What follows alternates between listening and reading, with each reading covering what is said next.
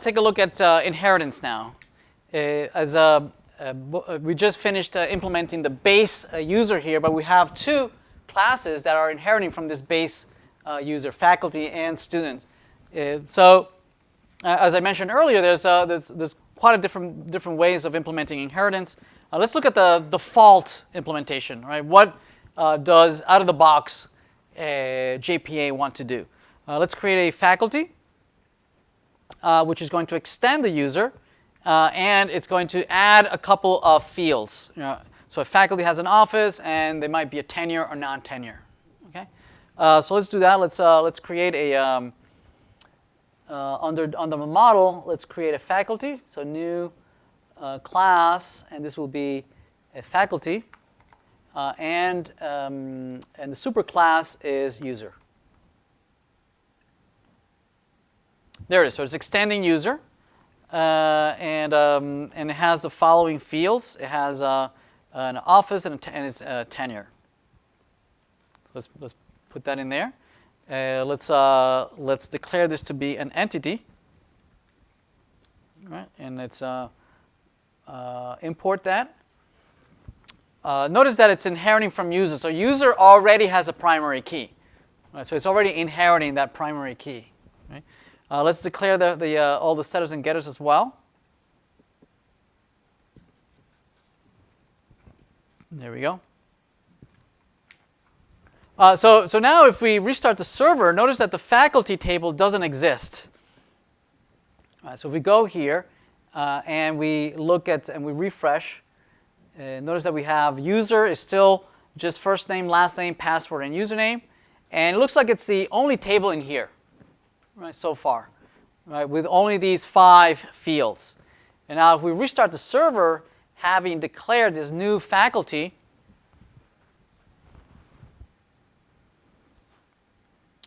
let's see.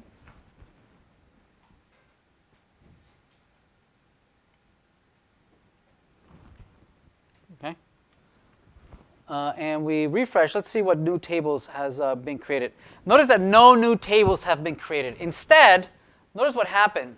The user table has been modified. Right? Notice that if we select, now 2 new fields have been added. Right? There are null, right? Office and tenure, plus an additional field, D-type. See that? Right? And this is what I had mentioned earlier. This is the strategy of denormalizing the data model into one single table. Right? It's flattening the model, whereas in the object world, it's a hierarchical data model where you have parent, children, and you can have multiple subchildren. Right? You can have a very deep inheritance chain. Yes? The default behavior is to flatten all the children onto the parent, right? So that it kind of looks like the inverse of inheritance. Instead of the children inheriting from their parents, right, it is the parent who inherits all the fields from the children. Oh, that'd be nice if I could inherit from my children. Huh. What a novel idea. So all the fields of faculty are being flattened onto the user. And as we create new users, let's see what happens. Let's create a brand new user. So here we had a post. So let's create another user, Frank. Frank123, and this will be Frank Herbert. So let's post Frank. Right, and it came back as Frank Herbert. And let's retrieve this. Oops. Okay, notice that this brand new user that we just inserted, notice that it has, as part of the D type, it says the original data type that was used to insert this object in here. Meaning this is a plain user. It's not a faculty, it's just a plain user. Right, that's why I don't have values for office and tenure. Right, because it was created using the service, using the user service. And what is the user service doing? Inserting just plain all users. Right? And the user doesn't know anything. At the object level, the object that doesn't know anything about offices or tenures. Right? It only has first name, last name, username, and password. That's all it has. Right? It can't tell you anything. If you want to be able to instantiate a faculty, you need to be able to save a faculty, an actual faculty, right? Which we don't have. Right? To be able to insert a faculty, you need a repository specific for that particular data type. Right? And then use a save for that particular faculty. And then you'll have, in the database here, you'll have something that says faculty. Right? The reason here we have a user for this particular record, but not for the other ones, is because we had inserted all these other records before there was any notion of inheritance. Right? So the database doesn't really know what to say about these, right? If these are also users. Okay? But we're free to do that. We can actually come in here and actually update this. It says, yes, these are all users. Oops. And these are all users. There's no magic. All right? JPA uses this new field to know what to instantiate. Should I instantiate a user or should I instantiate a factory, driven by this D type? Okay. All right. So let's keep going.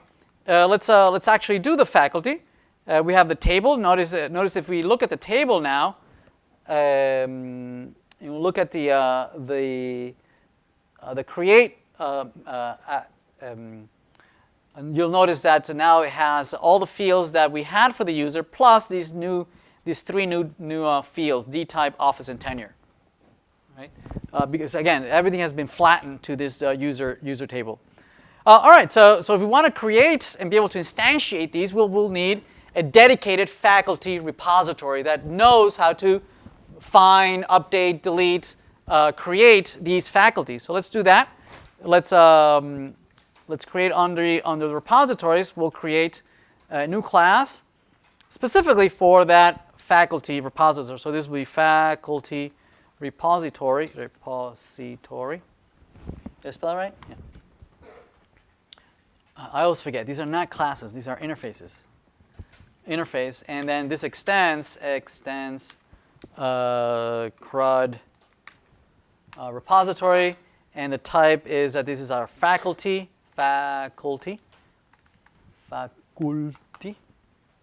and this is an integer. And let's import the faculty. There we go. All right, yeah, so now I can use this repository to actually insert a brand new faculty in there. Let's create maybe a service for this. Let me copy that, and let's create a brand new service for this. So we'll call this class. Will be faculty service, and let's paste this in here. Let's import the REST controller, import the AutoWired, and the faculty repository is the one we just created 2 seconds ago, and the get mapping too, and the faculty is the new data model we just created, and we have the find all faculty. It's just going to return all the faculty. There we go. Okay. If we restart the server, we now have a /API/faculty. That should return all the faculty. Okay? But we have no faculty. We don't have anybody in the faculty, right? So let's see. So we're expecting it to come back as empty. So let's go here, and this would be /API/faculty. So it returns empty, right? Like we would expect. But we could go in here in the database and just update and say that Chuck Norris is our faculty. He'll teach you. Apply. There we go. We'll apply that. There we go. We have Chuck Norris, right? Again, that D type is what JPA uses, right, to be able to retrieve. And before the user. Notice I have a user. Oh, sorry, had no API. Notice that users is everybody. Everybody's a user, right? Even Chuck Norris, right? And the only reason we're getting Chuck Norris is that because he's inherited, right? Every faculty is also a user, right? But if we had students and we had faculty and we had some as students, we would only get students or we would only get faculty. But since we're asking for users and both students and faculty are users, then we're retrieving basically everybody. Make sense? Okay. All right, excellent. So we can insert a couple of faculty, which we did. We just created. Notice. Oh, right. When we retrieve Chuck, and we retrieve API faculty. Notice that the office and tenure we didn't have that, so we can also update it obviously. So office is West Village, age 108, and tenure, of course, he's tenured.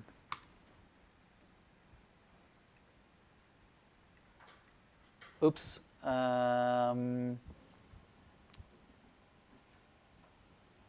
Operation failed, tenure as row. What doesn't it like? 3 tenure. Oh, is this a 1? Apply. No. Tenure. Office. Office was a string? I forget. Was office a string?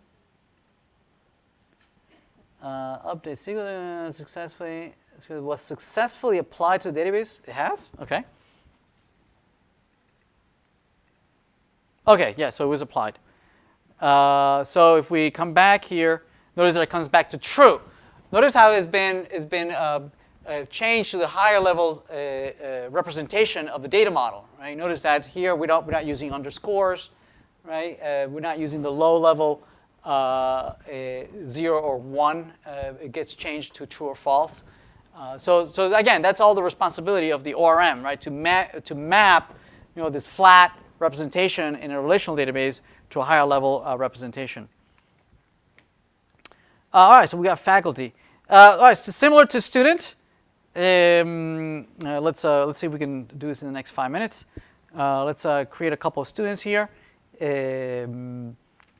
Let's create here a student just to point out the fact that if I'm looking for either students or faculty, I would not get both, right? I would get only one or the other. So this is a user. And as a student, I might have other things such as a GPA and a graduation year. And this is an entity.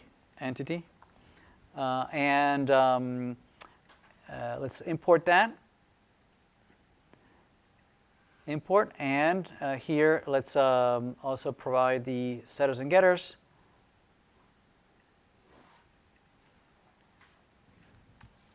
Setters and getters, there we go.